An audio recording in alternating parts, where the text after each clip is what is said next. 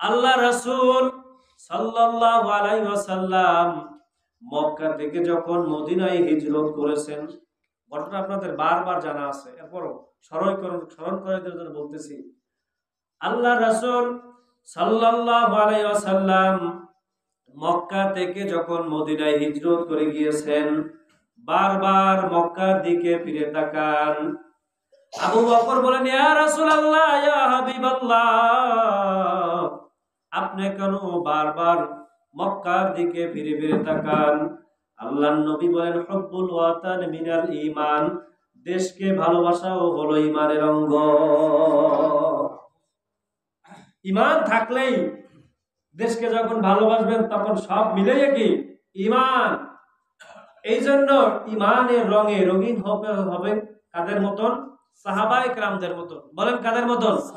সাহাবায়ে কেরামদের মতন। সাহাবায়ে কেরাম ছাড়া ইসলাম কল্পনাই করা যায় না। এই ঈমান কি জিনিস যখন প্রশ্নই আসছে, প্রসঙ্গ আসছে, হাদিস বললেন মিশকাত শরীফের প্রথম হাদিস, আল্লাহ রাসূল সাল্লাল্লাহু আলাইহি সাল্লাম বসা মসজিদে নববীতে। এমন এক সময় আগন্তুক এক ব্যক্তি আসলো।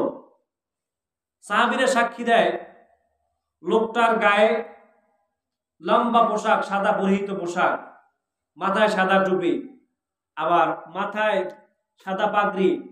লোকটা আগন্তুক, তাকে আমরা চিনি না। আল্লাহ রাসূলের আল্লাহ রাসূলের সোজা সোজা বসছে, বসে আবার আল্লাহ রাসূলের হাঁটুর সাথে হাঁটু মুবারক মিলাইয়া বসছে। বসে প্রশ্ন করে, মাল ঈমান ইয়া রাসূলুল্লাহ, ঈমান কি জিনিস? সাহাবায়ে কেরাম বলেন, আমরা লোকটাকে চিনি না, কোনোদিন দেখিও নাই, হঠাৎ করে আসছে। আবার প্রশ্ন করে, মাল ঈমান ইয়া রাসূলুল্লাহ, ঈমান কি জিনিস? আল্লাহ রাসূল সাল্লাল্লাহু আলাইহি ওয়াসাল্লাম বলেন, আশহাদু আল্লা ইলাহা ইল্লাল্লাহ ওয়া আশহাদু আন্না মুহাম্মাদান আবদুহু ওয়া রাসূলুহু। আমি সাক্ষ্য দিতেছি আল্লাহ ছাড়া, দুনিয়া আল্লাহ ছাড়া কোনো মাবুদ নাই, এবং আমি আরো সাক্ষী দেই আল্লাহ রাসূল সাল্লাল্লাহু আলাইহি সাল্লাম আল্লাহ তাআলা প্রেরিত বান্দা এবং রাসূল। লোকটা বলেন, সদাকতা ইয়া রাসূলুল্লাহ, আপনি সত্য বলছেন। ব্যক্তিরা আমরা চিনি না, প্রশ্ন করছে, মাল ঈমান ইয়া রাসূলুল্লাহ, ঈমান কি জিনিস?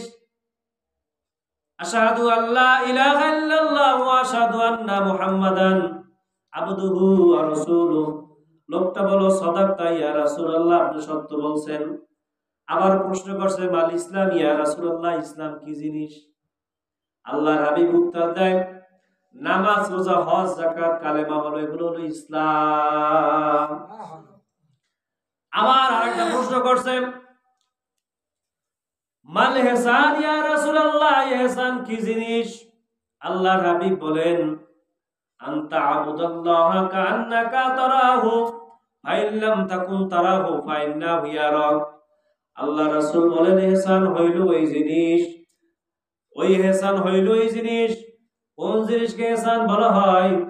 আল্লাহ রাসূল বলতেছেন, তুমি নামাজের মধ্যে এমন ভাবে দাঁড়াইছো মনে হয় যেন তুমি আল্লাহকে দেখে দেখে ইবাদত করতেছো। আর যদি এইরকম অবস্থান না হয়, তাহলে তুমি দিলে দিলে খেয়াল করো, আল্লাহ তোমার দিকে তাকায় আছে। সুবহানাল্লাহ বলে ইহসান। এইভাবে পাঁচটা প্রশ্ন করছে আল্লাহ রাসূলের। কয়টা? পাঁচটা প্রশ্ন করেছেন জিবরাইল আলাইহিস সালাতু ওয়াস সালাম। এজন্য আল্লাহ রাসূল সাল্লাল্লাহু আলাইহি ওয়াসাল্লামের কাছে যখন এসে বলছে, হুজুর, আপনার আবু বকর এত ধনওয়ালা ব্যক্তি, এত সম্পদওয়ালা ব্যক্তি, এত শিক্ষিত ঘরের মানুষ, আবার কুরাইশ বংশের লোক, এত বড় বংশের মর্যাদা, হযরত আবু বকর সিদ্দিক রাদিয়াল্লাহু তাআলা আনহু, সে কি আল্লাহর উপরে খুশি না বেজার? আল্লাহর আবু বকর সিদ্দিক রাদিয়াল্লাহু তাআলা বলেন, আমি আমি আমি আমার আল্লাহর উপরে খুশি আছি। সুবহানাল্লাহ বলেন।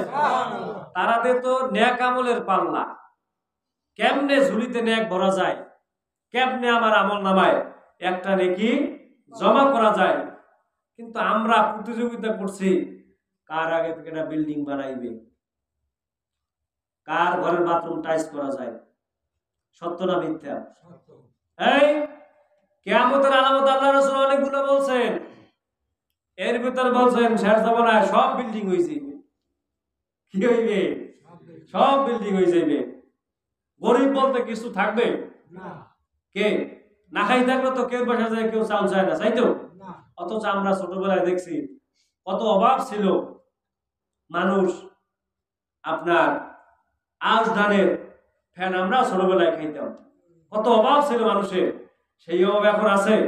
সেই অভাব এখন নাই। কিয়ামতের আগে এগুলো হবে। তো যাই হোক, আমার আসলে সাবজেক্ট সেইটা নয়, ঈমান সম্পর্কে বলতেছিলাম। তাদের সাহাবায়ে কেরামদের ঈমানের অবস্থাটা কি? হযরত বেলাল রাদিয়াল্লাহু তাআলা আনহু নামটা শুনলেই মনে হয় যেন আমাদের একেবারে কাছের মানুষ, আমাদের কাছের মনে হয় না? আবু বকর নামটা শুনলে মনে হয় আমরা তার জীবনে দেখছি। আচ্ছা আচ্ছা, আবু বকরের দেখছি, ওমরের দেখছি, কাউকে আমরা দেখি নাই, কিন্তু নামটা শুনলে হৃদয়ে তার জন্য দোয়া আসে না? আসে না? কেন আসে? আল্লাহ তাদের উপর খুশি ছিলেন, নবী তাদের উপরে কি ছিলেন? খুশি ছিলেন, এই জন্য দোয়া আসে। হযরতে বেলাল রাদিয়াল্লাহু তাআলা আনহু ঘটনা, মক্কা বিজয়ের পরে আল্লাহ রাসূল সাল্লাল্লাহু আলাইহি ওয়াসাল্লাম যখন মেরাজে গেছেন, মেরাজ বলতেছে, দেখে এক ব্যক্তি জান্নাতের মধ্যে কোরআন তেলাওয়াত করতেছেন। আল্লাহ নবী বলেন, জিবরাইল কোন ব্যক্তি কোরআন তেলাওয়াত করে? আল্লাহ রাসূল বলেন, জিবরাইল বলেন, ইয়া রাসূলুল্লাহ, ইয়া হাবিবাল্লাহ, এই ব্যক্তিকে আপনি চিনতে পারছেন, এই হলো আপনার সাহাবী হযরতে বেলাল। সুবহানাল্লাহ। আল্লাহ রাসূল সাল্লাল্লাহু আলাইহি ওয়াসাল্লাম মেরাজ থেকে যখন দুনিয়ায় চলে আসছেন, সকালবেলা ফজর নামাজ পড়ে সাহাবায়ে কেরামদের নিয়ে বলছে, বেলালকে দেখা যায় না। বেলালকে ডাকলেন, বেলাল কোথায়? বলে, বেলাল সবাই যখন চলে গেল, আল্লাহ নবী বলতেছেন, বেলাল তুমি কি এমন আমল করো বলো, তোমাকে আমি জান্নাতের মধ্যে কোরআন তেলাওয়াত করে দেখে আসলাম। বেলাল বলে, ইয়া রাসূলুল্লাহ, ইয়া হাবিবাল্লাহ, সবাই যে আমলগুলা করে আমিও সেই আমলগুলা করি। সবাই যে আমলগুলা করে আমিও সেই আমলগুলা করি। সবাই যেই রকম 5 ওয়াক্ত সালাত আদায় করে আমিও সেই রকম 5 ওয়াক্ত সালাত আদায় করি। সবাই যেই রকম দান সদকা করে আমি তো সেই রকম পারি না, আমি যেই রকম পারি সেই রকম করি। সবাই যেই রকম উযু বানায় আমি সেই রকম উযু বানাই। সবাই যেই রকম রাতের বেলায় তাহাজ্জুদের নামাজ পড়ে জিকির করে আমিও সেইভাবে তাহাজ্জুদের নামাজ পড়ি, জিকির করি। তবে ইয়া রাসূলুল্লাহ, ইয়া হাবিবাল্লাহ, সবার থেকে আমি একটা কাজ, যেটা আমি সব সময় ছাড়ি না, কোন সময় ছাড়ি না। আল্লাহ নবী বলেন, বেলাল কোন কাজটা তুমি ছাড়ো না? বেলাল বলে, ইয়া রাসূলুল্লাহ, ইয়া হাবিবাল্লাহ, قال النبي صلى الله عليه وآله وسلم أحب الأعمال إلى الله أدومها وإن قل। বেলাল বলে, ইয়া রাসূলুল্লাহ, ইয়া হাবিবাল্লাহ, প্রতিদিন আমি যখন গোসল করি, গোসল করার পর যখন আমি মসজিদে ঢুকি, গোসলের সাথে আমি ওযু করি এবং মসজিদে ঢুকি, মসজিদে ঢুকে আমি 2 রাকাত তাহিয়াতুল ওযু নামাজ পড়ি। সুবহানাল্লাহ বলে। প্রতিদিন যখনই আমি ওযু করি, সময় পাই, যখনই আমি জোহরের জন্য ঢুকি, আসরের জন্য ঢুকি, মাগরিবের জন্য ঢুকি, যখনই আমি মসজিদে ঢুকি, তখনই আমি ওযু করার সাথে সাথে 2 রাকাত তাহিয়াতুল ওযু সালাত আদায় করি। সুবহানাল্লাহ। এখন এই আলোচনার দ্বারা কি বুঝলেন? তাহিয়াতুল ওযু নামাজ ফরজ না নফল? নফল না? পড়লে সওয়াব আছে, না পড়লে কি নাই? গুনাহ নাই। এখন নফলের প্রসঙ্গ যখন আসছে, কয়েকটা কথা বলি। আবার নফল আপনি কেন করবেন? আপনি ঘর উঠাইছেন, সাপোজ আপনি বিল্ডিং করছেন, এখন ঘরের ভিতরে খাট না থাকলে তো আপনার ঘর ভালো দেখায়, যদি শোকেস থাকে আর একটু ভালো লাগে। ঘর উঠাইছেন, রং করেন নাই, থাকা যাইবে না? যাবে যাবে, বুঝছেন? থাকা যাবে। আচ্ছা, কিন্তু দেখতে ভালো দেখায় না। যদি ঘরের রং করেন তাহলে ঘরটা সুন্দর দেখানো যায়। আবার ঘরের ভিতরে যখন আপনি খাট বসাইছেন আর একটু ভালো দেখা যায়। ঘরের ভিতরে সুকেস বসাইছেন আরো চটা। ঘরের ভিতরে আপনি অন্যান্য দ্রব্যাদি মালামাল সুকেস থেকে শুরু করে ফ্রিজ যাহা কিছু আছে যখন আপনি সাজাচ্ছেন ঘরটা সুন্দর না অনেক মনে হয় যেন একেবারে সাজানো গোছানো। কথা ঠিক না? তদ্রূপ ফরজ সালাত আদায় করার পরে, ফরজ সালাত আদায়ের পরে, সুন্নাতের পরে আপনি যত নফল ইবাদত করবেন, যত নফল ইবাদত করবেন আপনাদের জান্নাতগুলো অত সুন্দর হবে। সুবহানাল্লাহ। মানুষ জান্নাতে যাওয়ার পরে একটাই আফসোস করবে যে আল্লাহ তুমি আমার আবার দুনিয়ায় পাঠাও, এই একটা আফসোসই করবে। কেন? পয়গম্বর বলেন কেন মানুষ আফসোস করবে? মানুষ এই জন্য আফসোস করবে, আল্লাহ আমি আরো যদি একবার সুবহানাল্লাহ বলতাম, আর একবার যদি আমি আলহামদুলিল্লাহ বলতাম, আর একবার যদি আমি আল্লাহু আকবার বলতাম, আমি জিকির 100 বার না করে যদি 200 বার করতাম, তাহলে আমার জান্নাতের বিল্ডিং 5 তলা না হইতো 10 তলা হইতো। কয় তলা হইতো? 10 তলা। এখন না হুজুর মিথ্যা কথা কন, এত এত সুন্দর হবে নাকি জান্নাত? আবার বলেন জান্নাতের এক একটা ফলের ভিতরে 70 থেকে 100 রকম স্বাদ, তাহা মিথ্যা কথা পাইছেন কই এগুলো? এর উদাহরণ দুনিয়াতে আছে। আমাদের একটা ফল আছে না, অর্তুকি ফল আছে, বুঝছেন কথা? কথা বলেন না কেন? কথা না বলে তো আমি তো মজা পাইতেছি না। অর্তুকি ফল আছে কিনা? আচ্ছা, অর্তুকি ফলটা যখন আপনি স্বাদ গ্রহণ করেন প্রথম দেওয়ার পর লাগে কি? কষ। প্রথম লাগে কি? কষ। এরপর লাগে তিতা, এরপর লাগে কি? আচ্ছা, মিষ্টি লাগে। দুনিয়ার একটা ফলের ভিতরে যদি 3-4 রকমের স্বাদ যদি থাকতে পারে, আমার আল্লাহর বানানো জান্নাতের গাছের ভিতরে ফলের ভিতরে বিভিন্ন রকম স্বাদ নাই? আছে। তাইলে বুঝেন না কেন? সাধারণ একটা হরিতকি ফলের ভিতরে যদি 4-5 রকমের স্বাদ যদি দুনিয়াতে থাকতে পারে, আর আমার আল্লাহর বানানো জান্নাতের ফল তার চেয়ে 100 কেন 1000 গুণ বেশি হওয়ার কথা। সুবহানাল্লাহ। তবে আপনার বিশ্বাস থাকতে হবে, ঈমান থাকতে হবে। এই বিশ্বাসের নামই হলো কি? ঈমান। গত জুমাতে বলছিলাম ঈমান সম্পর্কে। এই জন্য ঈমানকে মজবুত করেন। কারে মজবুত করবেন? ঈমানকে মজবুত করবেন। কেমনে? লা ইলাহা ইল্লাল্লাহ মুহাম্মাদুর রাসূলুল্লাহ। কোন এক ব্যক্তি মনে করেন লা ইলাহা ইল্লাল্লাহ বলছে, আল্লাহ বলে সে মুমিন হয় নাই। আল্লাহ বলে কি? সে মুমিন হয় নাই। মুহাম্মাদুর রাসূলুল্লাহ বলছে, সাথে সাথে লোকটা মুমিন হয়ে গেছে। সুবহানাল্লাহ। যেখানে আমার আল্লাহর নাম সেখানে আমার নবীর নাম। আমার আল্লাহর নাম হলো রব্বুল আলামিন, আমার নবীর নাম হলো রাহমাতুল লিল আলামিন। যত জায়গায় দেখবেন আল্লাহ পাক আল্লাহ নামের সাথে রাসূলের নামকে যোগ করে দিয়েছেন। সুবহানাল্লাহ বলেন। এজন্য শুধু সাহাবায়ে কেরামদের দিকে তাকাইলেই বোঝা যায় যে সাহাবায়ে কেরাম রিদওয়ানুল্লাহ তাআলা আলাইহিম আজমাইন কেমন ভাবে নফল নামাজ আদায় করতেন। মনে হয় যেন এটা ফরজ। এই সূরা ইখলাসের তাফসীরের ভিতরে আছে, হযরত মুয়াবিয়া রাদিয়াল্লাহু তাআলা আনহু যুদ্ধের এক ঘটনা আসছে। যুদ্ধের ময়দানে আসছে কাফেররা আল্লাহ রাসূলের সাহাবীদেরকে দিয়া দেখিয়া তারা পলায়ন করছে। জিবরাইল বলে, ইয়া রাসূলুল্লাহ, ইয়া হাবিবাল্লাহ, ওই যে আপনার সাহাবী আবু যর আসতেছে। কে আসতেছে? ওই যে আপনার সাহাবী আবু যর আসতেছে। আল্লাহ রাসূল বলেন, জিবরাইল তুমি তাকে আবু যরকে চেনো কেন? কিভাবে চেনো?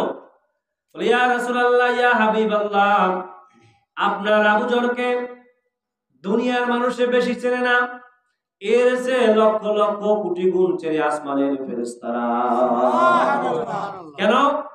সবাই পাইলেই পরে কুল হুয়াল্লাহু আহাদ, আল্লাহুস সামাদ, লাম ইয়ালিদ ওয়া লাম ইউলাদ ওয়ালাম ইয়াকুল লাহু কুফুয়ান আহাদ।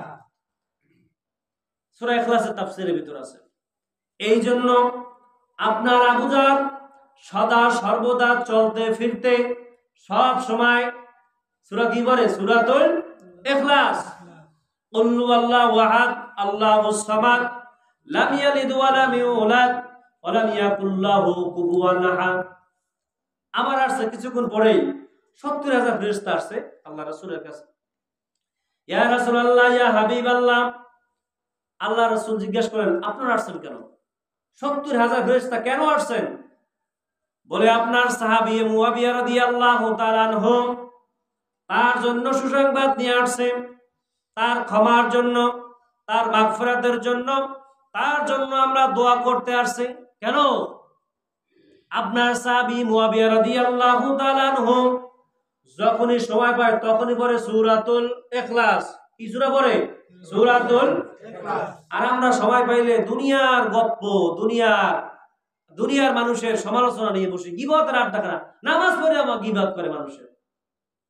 কত মারাত্মক জিনিস, কতটা নেক আমল করে আপনি আমি প্রতিদিন বলেন, অথচ তার চেয়ে আপনার আমার গুনার সংখ্যা হাজারো বেশি, লক্ষ গুণ বেশি, কোটি গুণ বেশি।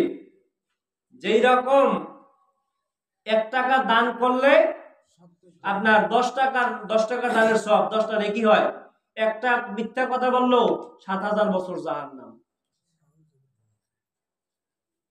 বোনাস এই দিকেও বেশি, ওই দিকেও বেশি, দুই দিকই সমান। এজন্য সাহাবায়ে কেরাম রিদওয়ানুল্লাহ তাআলা তাদের ঈমানটা কি ছিল, তারা নফলের প্রতি কেন গুরুত্ব দিতেন? ফরজ তো ছিলই। আল্লাহ রাসূলের সাহাবীদের সাথে যখন একজনের সাথে যখন আরেকজনের দেখা হতো, তারা একজন আরেকজনকে সূরা আসর পাঠ করে শোনাইতেন। ওয়াল আসর ইন্নাল ইনসানা লাফি খুসর ইল্লাল্লাযীনা আমানু ওয়া আমিলুস সলিহাতি ওয়া তাওয়াসাউ বিল হক ওয়া তাওয়াসাউ বিল হাক্কি ওয়া তাওয়াসাউ বিস সাবর। একজন সাহাবীর সাথে আরেকজন সাহাবীর দেখা হলে সূরা ইখলাস শুনাইতেন না, সূরা ফাতিহা শুনাইতেন না, সূরা বাকারা শুনাইতেন না, সূরাতুল আসর শুনাইতেন। কেন শুনাইতেন? কারণ হলো আল্লাহ পাক রব্বুল আলামিন এখানে শুরুতেই কসম করেছেন ওয়াল আসর, সময়ের কসম, সময়ের শপথ করছে।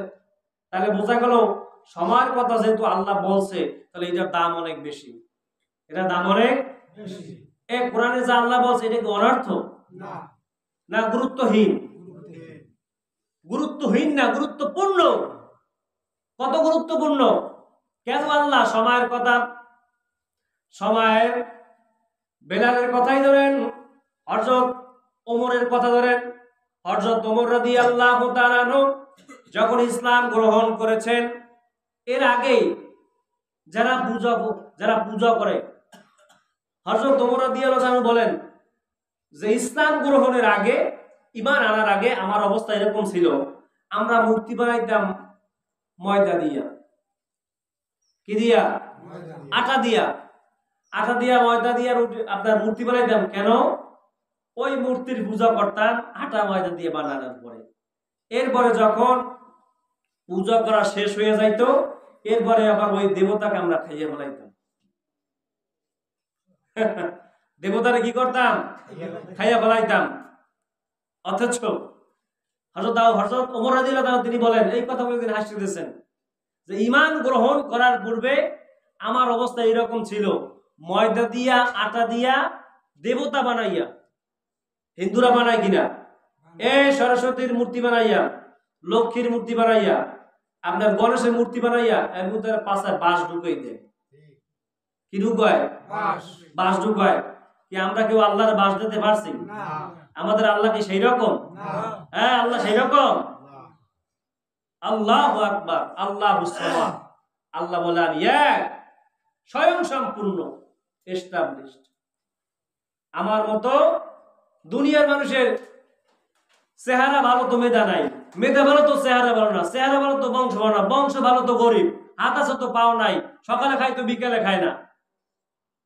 একটা মানুষকে আল্লাহ পরিপূর্ণভাবে বানান নাই, কিন্তু আল্লাহ বলে আল্লাহুস সামাদ, আমি হইলাম স্বয়ং সম্পূর্ণ, আমি এস্টাবলিশড।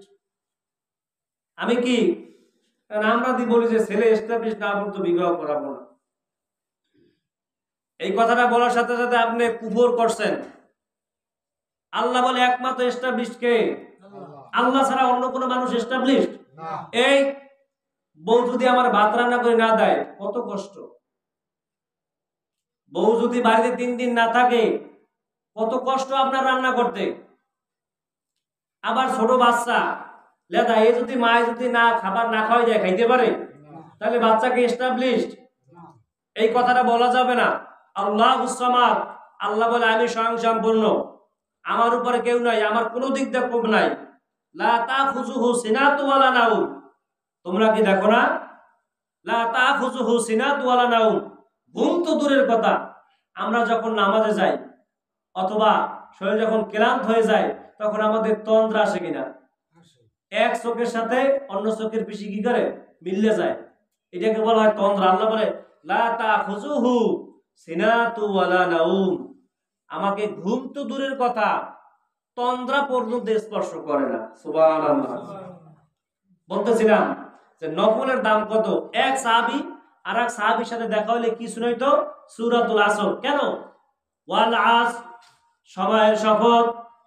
সময়ের ব্যাপারে তাফসীরে রুহুল মানিতে, তাফসীরে আপনার বিভিন্ন তাফসীর গ্রন্থের ভিতরে আসছে সময়ের কথা। কেন আল্লাহ পাক সময়ের শপথ করেছেন? মানুষ যদি তার সময়টাকে কাজে লাগায় তাহলে সে জিরো থেকে হিরো হয়ে যায়, আর যদি সময়টাকে কাজে না লাগায় তাহলে সময় চলে যায়, আর যদি সময়কে কাজে না লাগায় তাহলে আবার হিরো থেকে জিরো হয়ে যায়। হয় কি হয় না? যেমন হযরত ওমর রাদিয়াল্লাহু তাআলা আনহু ইসলাম গ্রহণের পূর্বে ওমর ছিলেন একটা অসভ্য লোক। ইসলাম গ্রহণের পূর্বে হযরত ওমর ছিলেন একজন খারাপ লোক। ইসলাম গ্রহণ করার পরে কত দামি হয়েছেন। এই জন্য সাহাবায়ে কেরামদের যখন একজনের সাথে আরেকজনের দেখা হতো প্রতিবেশীদের ওয়াল আস, সময়ের শপথ। কেন? ইন্নাল ইনসানা, কি কথাগুলো আল্লাহ এখানে বলছেন? ইন্নাল ইনসানা, আল্লাহ নিশ্চয় লামে তাকিদ দিয়েছেন। ইন্নাল ইনসানা, নিশ্চয় নিশ্চয় লাফি খুস, মানুষ ক্ষতির মধ্যে আছে। সমস্ত মানুষ ক্ষতিগ্রস্ত, বাংলাদেশের মানুষ বাদে। সমস্ত মানুষ মানে কি বাংলাদেশের মানুষ বাদ? না, আমেরিকাটাও আছে। সমস্ত মানুষের কথা আল্লাহ বলছেন, দুনিয়ার সমস্ত মানুষ ক্ষতিগ্রস্ত। ইন্নাল ইনসানা লাফি খুস, দুনিয়ার সমস্ত মানুষ ক্ষতির মধ্যে আছে। ইল্লাল্লাযিনা, অতএব ইল্লাল্লাযিনা, তারা ক্ষতির মধ্যে নাই। কারা? ওয়া আমিলুস সলিহাত, ইল্লাল্লাযিনা আমানু, প্রথম কথাই হলো যারা ঈমান আছে। আমার মূল পয়েন্ট আপনারা বোঝেন না এখনো, আমি ঈমানের উপরে কথা বলতেছি। ইল্লাল্লাযিনা আমানু, যারা ঈমান গ্রহণ করছে তারা ক্ষতিগ্রস্ত না। ওয়া আমিলুস সলিহাত, এবং যারা নেক আমল করছে, ভালো ভালো কাজ করে। ওয়া তাওয়াসাউ বিল হাক্কি, এবং সত্য কথা বলছে। কি কথা বলছে? সত্য কথা। ওয়া তাওয়াসাউ বিস সবরে, এবং পরস্পরে ধৈর্য ধারণ করছে।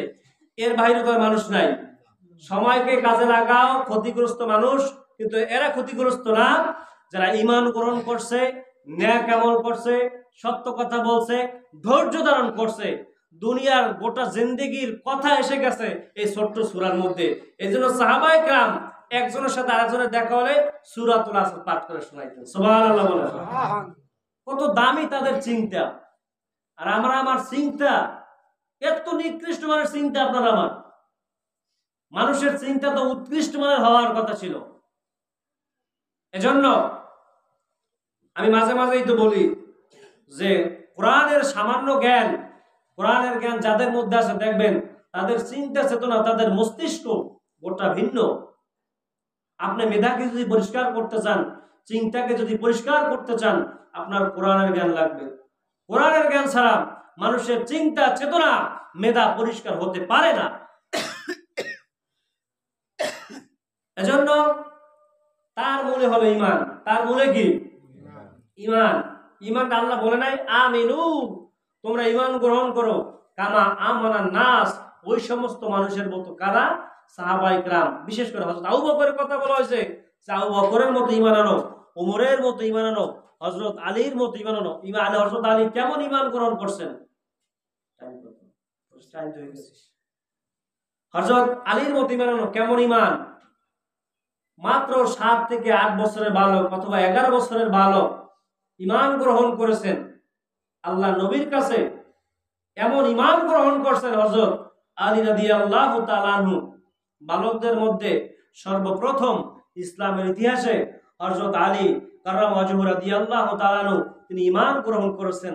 তাহলে বোঝা গেল যে ইমানের দাম সবচেয়ে বেশি।